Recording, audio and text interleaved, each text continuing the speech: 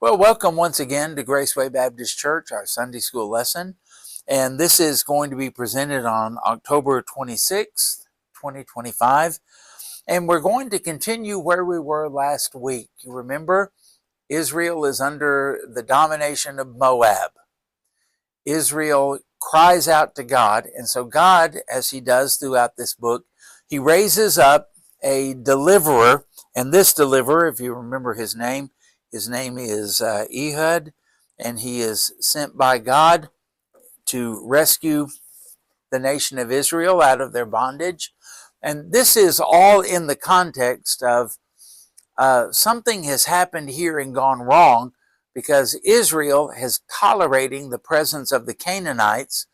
And you remember that back in earlier verses it said that they lived with the Canaanites. They didn't dominate them at all. They didn't drive them out like they should have.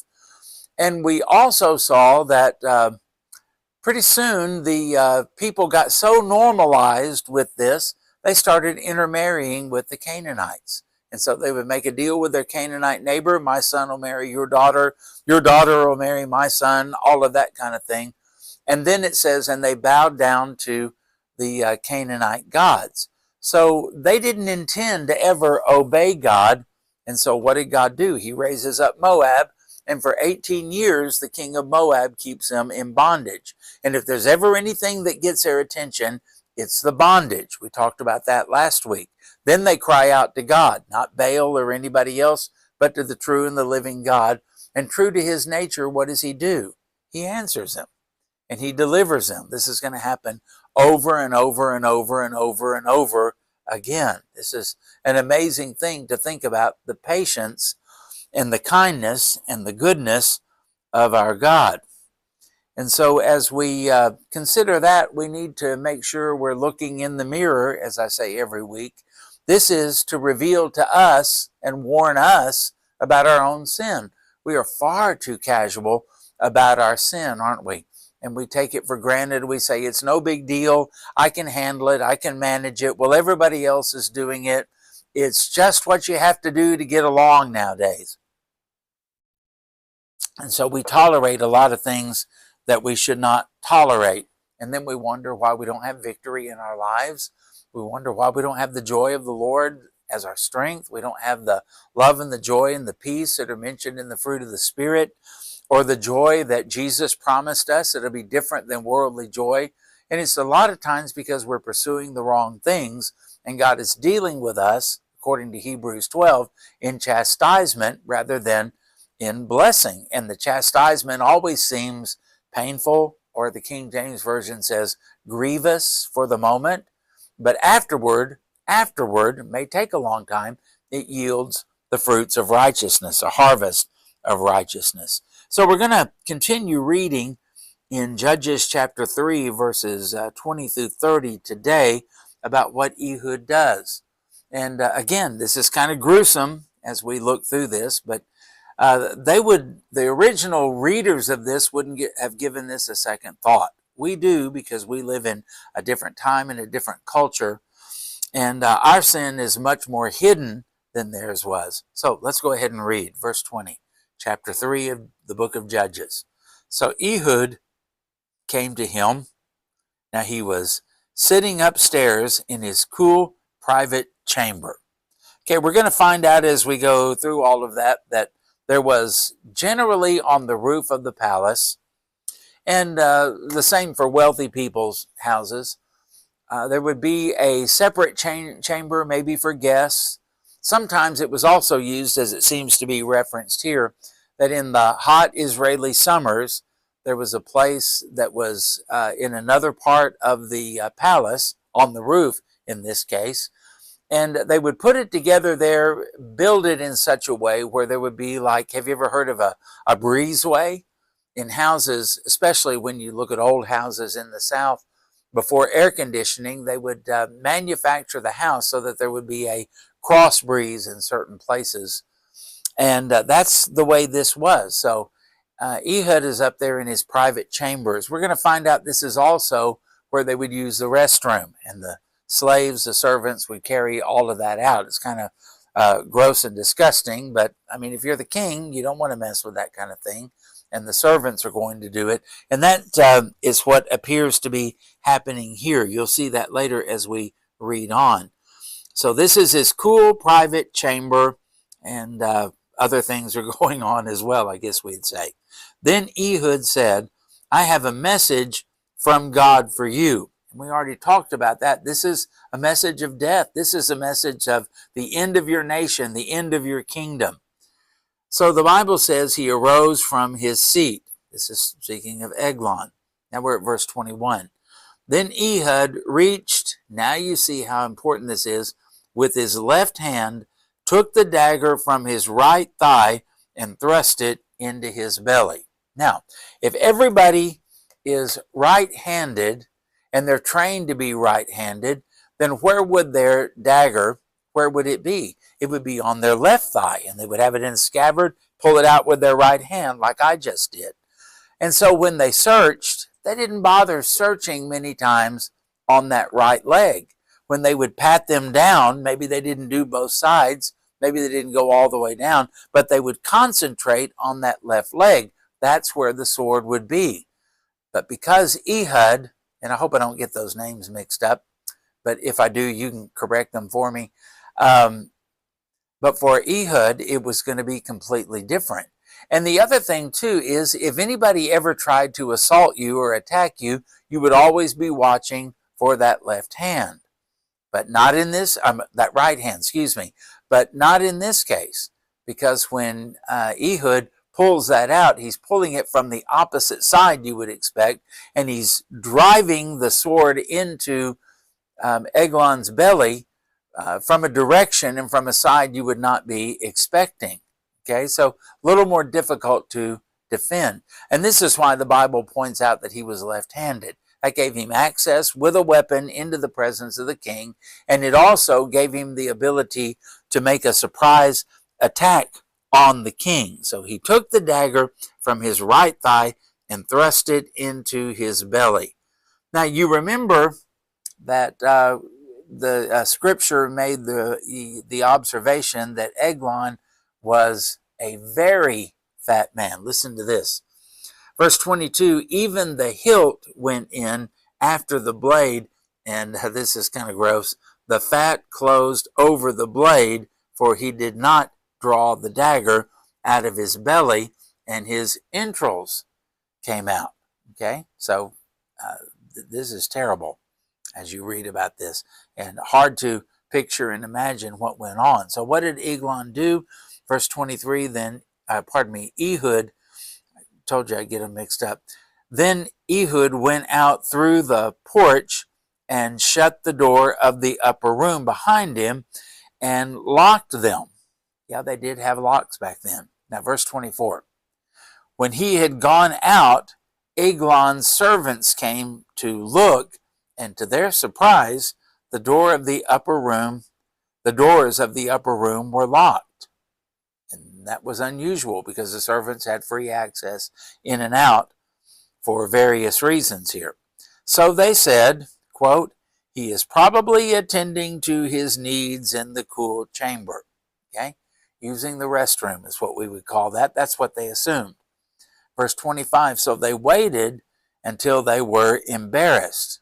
They waited and waited and waited and waited a little bit more, and then somebody said, we've got to go in there. Something may be wrong. But at the same time, you don't just walk in on the king at a time like that. You can see why they would have been embarrassed. And still he had not opened the doors of the upper room.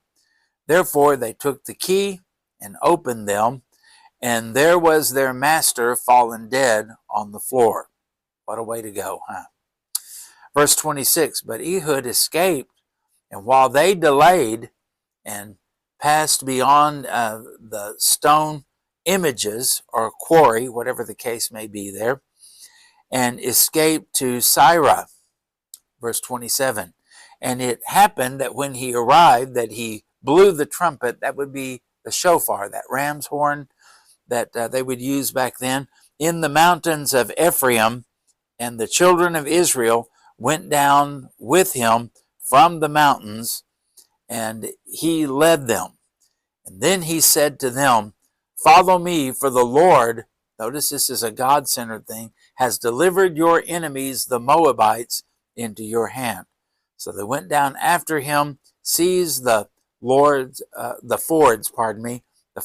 the Jordan. That would be the easiest place to cross the Jordan. So naturally, they would want to guard and control that to keep people from going back and forth. They didn't have bridges back then, as we would know them. The fords of the Jordan leading to Joab, and did not allow anyone to cross over. And verse 29 says, "And that at that time they killed about 10,000 men of Moab, all stout men of valor, the best of their warriors, and not a man escaped. So Moab was subdued that day under the hand of Israel." That's a twist, isn't it? "And the land had rest for 80 years. Slavery, 18 years. Now they have freedom for 80 years. Well, if you look at our nation and you think about 80 years from the founding of our nation, if you go from 1776, you can do the math on that. Or if you go from the end of the Revolutionary War, what was that, 1789 or 91 or something? I don't have it in my head. But you can think 80 years. It doesn't even come close to 2025, does it? It's not a long time. Our nation is getting ready to turn 250 years. And so when we think about the time period here, 18 years, well, sometimes we read that and it doesn't sound very long. Well, it would be if you were under it. And then other times we look and go, well, 80 years, that's pretty good. Well, it wouldn't be if you were living during that time. You would want a whole lot more than that for your nation, for your children, and for your grandchildren. But we're going to find that most of the time, these things did not last very long. So this is an act of bravery and great risk. Think about what Ehud was risking as he did this. And yet the Bible says he was an answer to prayer and also the second judge and an actual deliverer of Israel. This is what set the nation free. The Moabites were idolaters, and this king was a tyrant. And Ehud was not on a mission based on something personal or vengeful. This was a military action. Again, think of special forces and going after of bin Laden. It was similar to that. And it was the beginning of a battle that liberated Israel. So this would be, Ehud would be celebrated kind of like one of our heroes of the Revolutionary War. This would be that kind of a moment. This is the way they would look at it.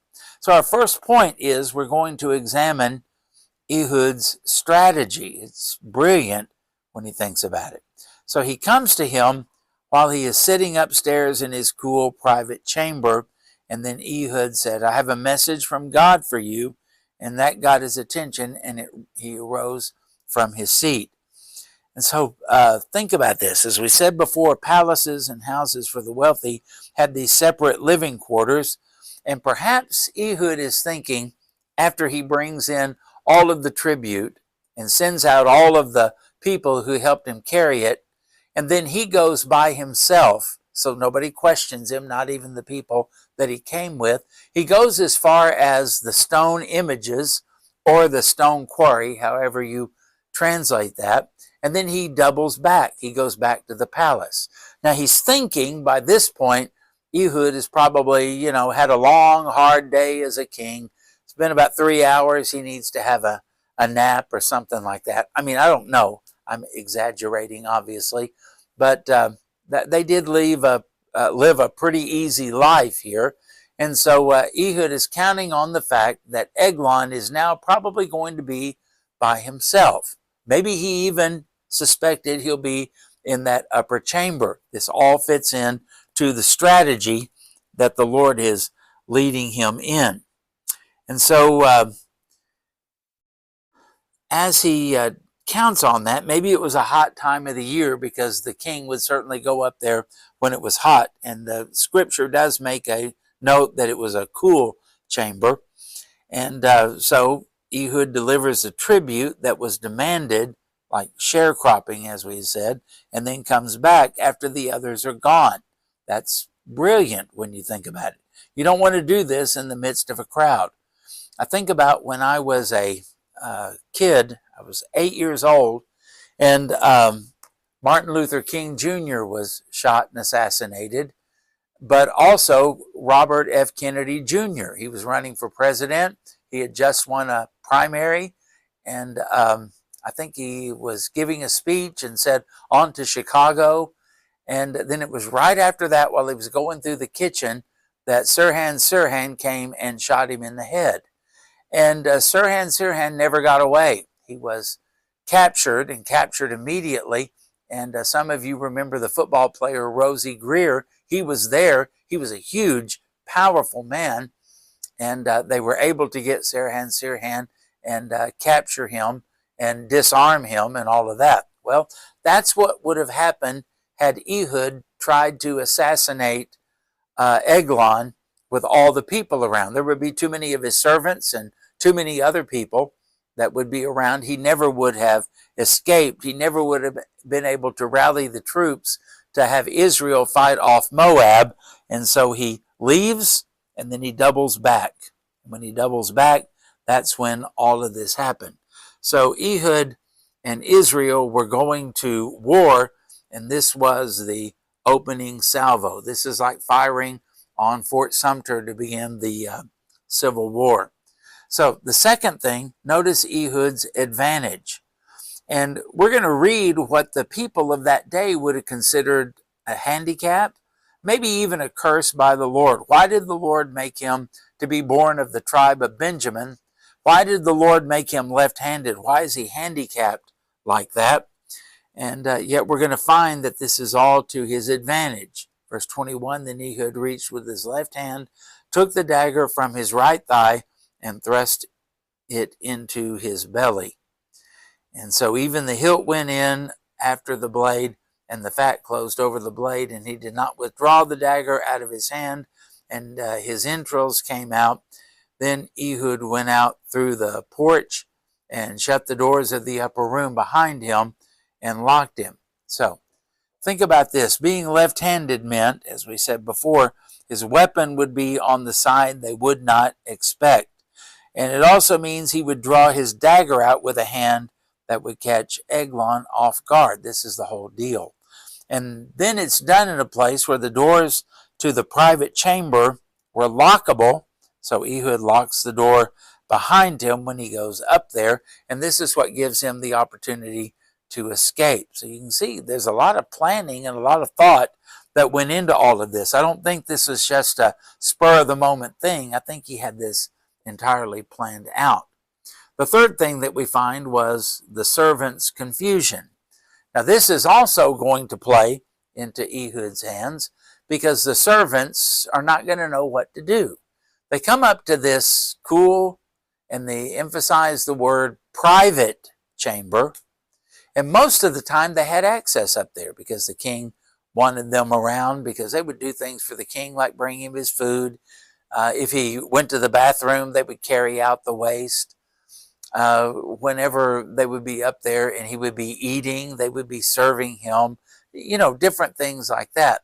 So they weren't used to, obviously, as you read the text, they're surprised that the doors were locked. Now, when I read the text, I was surprised that the doors could lock. So they did have locks back then, and apparently Ehud knew this, because when he goes up to do this deed, he locks the doors behind him. He knew how they worked, and he was able to keep the servants out. Now notice the servants being surprised that the doors were locked. All that does is play into Ehud's time. And he is able then to kill Eglon, and then he has bought himself enough time. He's going to be able to get out of the palace and to get away so that he can rally the troops. So the servants are just completely confused. They came to look, and to their surprise, the doors of the upper room were locked. That's weird. And then they thought, well, he's probably attending to his needs in the cool chamber. Enough said there. And so they waited. and they waited. And then it comes to the point to where they're embarrassed, knocking on the door. What's taking so long? Is everything okay? And they get to the point to where they have no other choice but to go in and check on him. What in the world has happened to the king? Now, did they expect an assassination? I don't get any kind of a feeling from reading the text that they said, well, that would be the place to get him. I don't think anybody expected anybody to try to assassinate the king. They might try to poison his food. They might try to poison his drink. They might try to get him when he is out on the battlefield. They might try to do something while he's going from the palace, maybe to one of the temples of their gods or something like that. So they would always be watching in that situation. But they didn't have a guard on him when he would go into his private chamber. That's a safe place. That's a safe room. That's a place where nobody ought to be able to get him. And they never expected that while he was going to the restroom, that anybody would assassinate him there. And yet that's exactly what happened. And so no wonder they were confused. This is something that is highly irregular, highly unusual on all of this. And so they wait, and they wait, and they wait, and they wait. And they say, boy, we've got to do something. And so he still hadn't opened the doors. So finally they get the key and they open it up. And there he is, and he's dead on the floor. Now, I was reading not long ago about President Lincoln's assassination, and he's at Ford's Theater, you remember, watching a play called Our American Cousin. And it's right after the Civil War has ended. John Wilkes Booth is angry because he was a Southern sympathizer, and he goes up there and assassinates him. Did you know that Lincoln's bodyguard that was supposed to be sitting outside the door, they didn't have Secret Service then, he went to a bar and was drinking during that time? He wasn't on duty. I think about that, and the other thing that surprises me is he was never brought up on charges or anything like that. Now, I would expect somebody like that, who was supposed to be guarding the president and didn't, I would expect that their punishment would be severe. I wonder, when I read about Eglon, I wonder if that was the same thing for these servants. Why did you leave him alone? Why didn't you break the door down? Why didn't you find a key and get in there? Why was this allowed to happen? Why was an assassin allowed to get in here at all? And they probably would have said, well, we searched everybody and we didn't find any weapons. But in the case of Ehud, he had it in a place they would not have searched and would not have expected. And that means these people are in a lot of trouble. And they finally get to the point to where they say, we got to go in and we got to do something. And can you imagine? They felt a whole lot more than confusion when they found that Eglon is dead. Now, all of this is to buy Ehud more time. He's got to get away. He's not going to be captured by the palace guards or anything like that. But when you think about it from the servants' perspective, their delay was, not to be, well, it was understandable. That's the word I'm looking for. But eventually they had to check on him. And don't you know, they were kicking themselves, that they were probably going, why did we wait so long? Why didn't we do something sooner? And maybe they knew too that they would be accountable to somebody, maybe an officer or somebody in Eglon's court. How could you have allowed this to happen? Well, it did happen. And this, of course, is by the hand of the Lord. Now, the fourth thing we want to look at, and our point is in this story, is Ehud escapes and gathers an army. This gave a chance for a revolution. This gave the opportunity now for, while they're all attending to the king, trying to figure out why he is dead, who did it, what happened, all of their forces would coalesce around the palace, would coalesce around what has happened here. Are there any others here? Is the assassin still here? Or anything like that. Well, that works to Israel's advantage as well. Because when Ehud goes back out and he escapes, it says in verse 26, he escaped while they delayed. Escaped while they delayed. This tells me this was all very brilliantly planned out. And he passed beyond the stone images where he had turned around before and escaped to Syria. And it happened that when he arrived, that then he blew the trumpet in the mountains of Ephraim. So he's making some noise here, and they must have understood what it was. It was a rallying cry, a rallying trumpet here. And the children of Israel went down from the mountains, and he led them. And then what happens? He said to them, "Follow me, for the Lord has delivered your enemies, the Moabites, into your hand." So they go down after him, and they seize the fords of the Jordan and control coming in and going out. Didn't allow anyone to pass and or to cross over. And so they end up in battle, and Israel kills. The slaves kill about 10,000 men of Moab, all stout men of valor, and not a man escaped. So Moab was subdued. Well, this is the time where we find, well, now things look kind of like we would expect them to look. Israel has come out of Egypt. They've come into the promised land, and we would expect that they would go in there, charge, we're ready to go. But they didn't, and they hesitated, and they spent 40 extra years in the desert because of that. Then the next generation comes over, and everything goes well for a while until Joshua dies. And we would expect them to carry on, but they didn't. And when the generation that was with Joshua died, they went crazy, and they started serving other gods.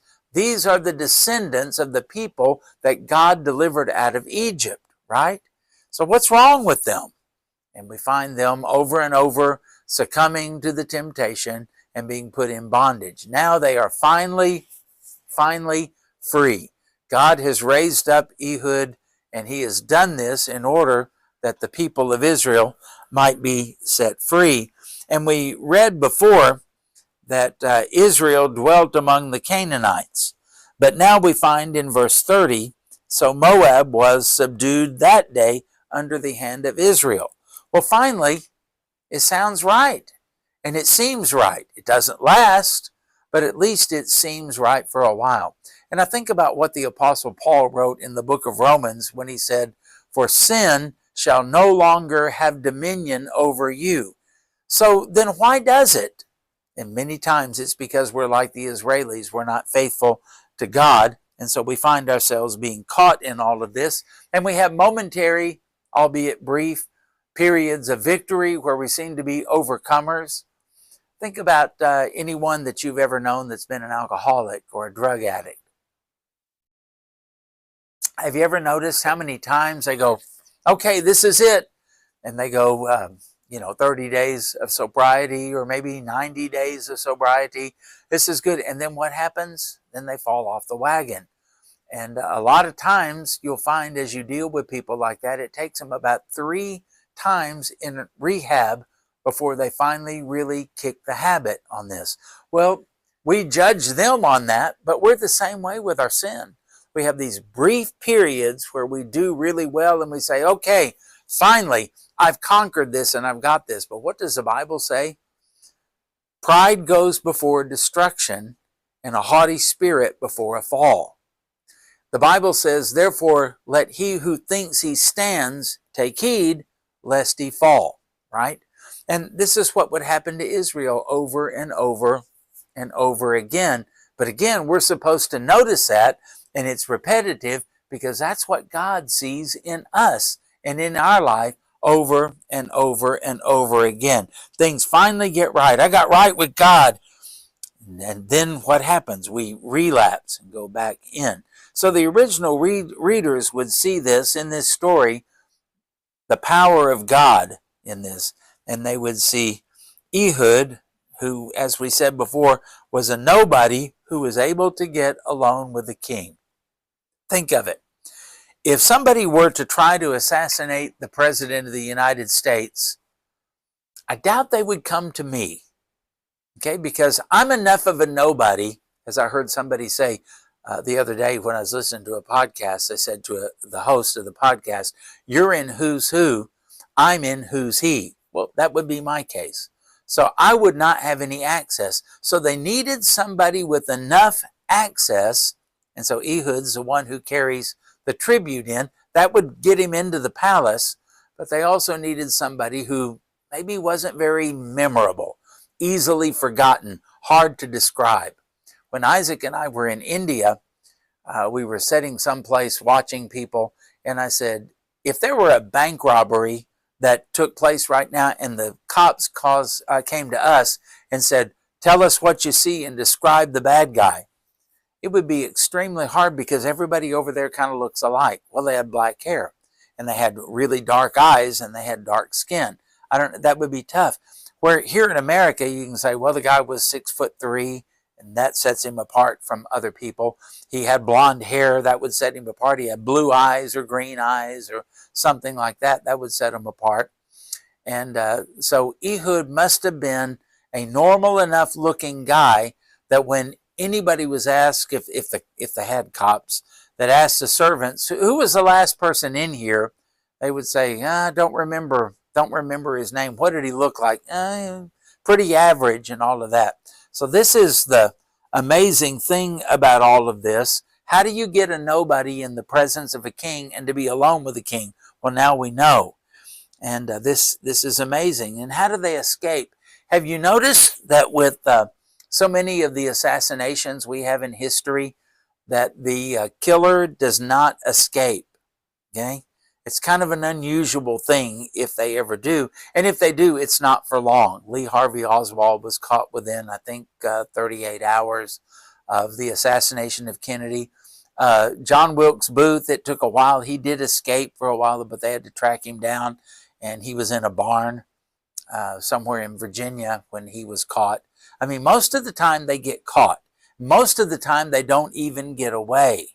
A few times we find that Ehud got away. He escaped after killing the head of state, after killing the king, and then he was able to quickly gather an army. Now, these people had not had a whole lot of success in fighting off their captors, had they? And so to get an army, okay, we need an army. Who wants to volunteer? No, I've already tried that. It didn't end so well last time we tried that. But yet we find here the supernatural power of God. He blew on a horn, a shofar, and what happens? He got them all together. And so God is the one who raised up Eglon, the king of Moab, and God is the one who takes him down. It makes me think of Bill Cosby when he would say, you know, I brought you into this world, I'll take you out, right? It's kind of that vein of things. And then we find also that the powerless, defeated, and enslaved Israelis were able to rally, they were able to fight, and more importantly, they were able to win, and they won their freedom. And we see how the power of just one person working and obeying God in all of this really works. But yet Ehud is not really the big hero here, and Israelis don't start naming their children Ehud after this. God is the one that receives the glory. And then he said to them, follow me, for the Lord has delivered your enemies, the Moabites, into your hand. And then the conclusion is just simply this, and the land finally, we might add, finally had rest for 80 years. However, history would repeat itself. So what did we learn? Well, think about this. When in bondage or enslavement, cry out to God, even for us when we're enslaved by sin. What else do we learn? The ordinary, unknown, and even handicapped are useful to God. Don't ever think you can't be used by God. Then we also learn, too, that however strong the enemy might seem, they are no match for God, whether it's the devil or whether it's Eglon, right? And then the last thing we learn is that victory comes sometimes rapidly and when we least expect it. You see, in this story, I don't think Israel expected anything to happen to you. And Eglon certainly didn't expect it. None of his guards expected it. None of his servants expected it. But God had a plan, and he was going to liberate his people. And your victory may be just around the corner, so don't quit. Don't give up. Keep fighting the battle. Keep marching on. Keep your armor on, because victory can come rapidly. Well, I appreciate your time, and it's an interesting story, isn't it? May the Lord bless you as you teach it to your people. Maybe he also be glorified as we think about the power of his might and his glorious sovereignty. Thank you.